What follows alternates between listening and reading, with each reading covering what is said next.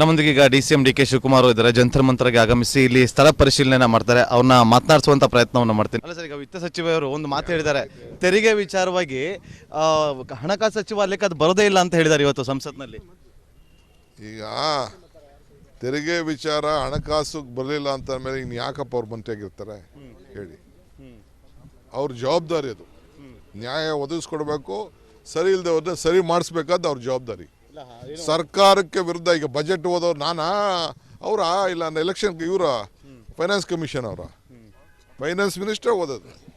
Sir, ಈಗ ನಾಡ್ದು ನಿಮ್ದು ರೂಪರೇಷೆ ಹೇಗಿರುತ್ತೆ ಸರ್? ಪ್ರತಿಭಟನೆಯ ರೂಪರೇಷೆ ಹೇಗಿರುತ್ತೆ?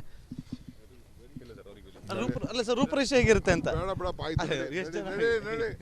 ಸರ್, ಎಷ್ಟೊತ್ತಿಗೆ ಸ್ಟಾರ್ಟ್ ಆಗುತ್ತೆ ಅಂತೇಳಿ, ಎಷ್ಟೊತ್ತು ಸ್ಟಾರ್ಟ್ ಆಗುತ್ತೆ ಅಂತ ಹೇಳ್ಬಿಡಿ ಸರ್. ಸಾಕು, ಎಷ್ಟೊತ್ತಿಗೆ ಸ್ಟಾರ್ಟ್ ಮಾಡ್ತೀವಿ ಹೇಗೆ ಅಂತೇಳಿ ರೂಪರೇಷೆ? 10:30 ಪ್ರತಿಭಟನೆ ರೂಪರೇಷೆ ಹೇಗೆ? 10:30 ಯಾರ್ಯಾರಿಗೆ ಇನ್ವೈಟ್ ಮಾಡಿದಿರ ಸರ್? ಎಲ್ಲ ಶಾಸಕರಿಗೆ, ಬಿಜೆಪಿ ಅವರಿಗೆ ಬರೋದಕ್ಕೆ ಕೇಳಿದ್ರೆ ಸರ್, ಎಂಪಿಗಳಿಗೆ ಎಲ್ಲರಿಗೂ, BJP MP, Janata Dal MP, BJP ಬರ್ತಾರೇನೋ ವಿಶ್ವಾಸ ಇದೆಯಾ ಸರ್? ಯಾಕಂದ್ರೆ ಕನ್ನಡಿಗರಿಗೆ ಅನ್ಯಾಯ ಆಗ್ತಿದೆ ಅಂತೇಳಿ ಧ್ವನಿ ಎತ್ತಿದಂಥವ್ರು ಡಿ.ಕೆ. ಸುರೇಶ್ ಅವರು. ಈಗ ಎಲ್ಲಾ ಸಂಸದರು ಬರಬೇಕು ಅಂತ ಹೇಳ್ತಿದ್ದೀರಿ, ಬರ್ತಾರೇನೋ ವಿಶ್ವಾಸ ಇದೆ ಎಲ್ಲಾ ಸಂಸದರು? PM Modi says that this time Congress, BJP is going to win 370 seats. 370 seats. BJP is going to win. We are telling India will get 370 seats. ಇದಾಗಿತ್ತು ಡಿ.ಸಿ.ಎಂ. ಡಿ.ಕೆ. ಶಿವಕುಮಾರ್ ಅವರ ಮಾತು.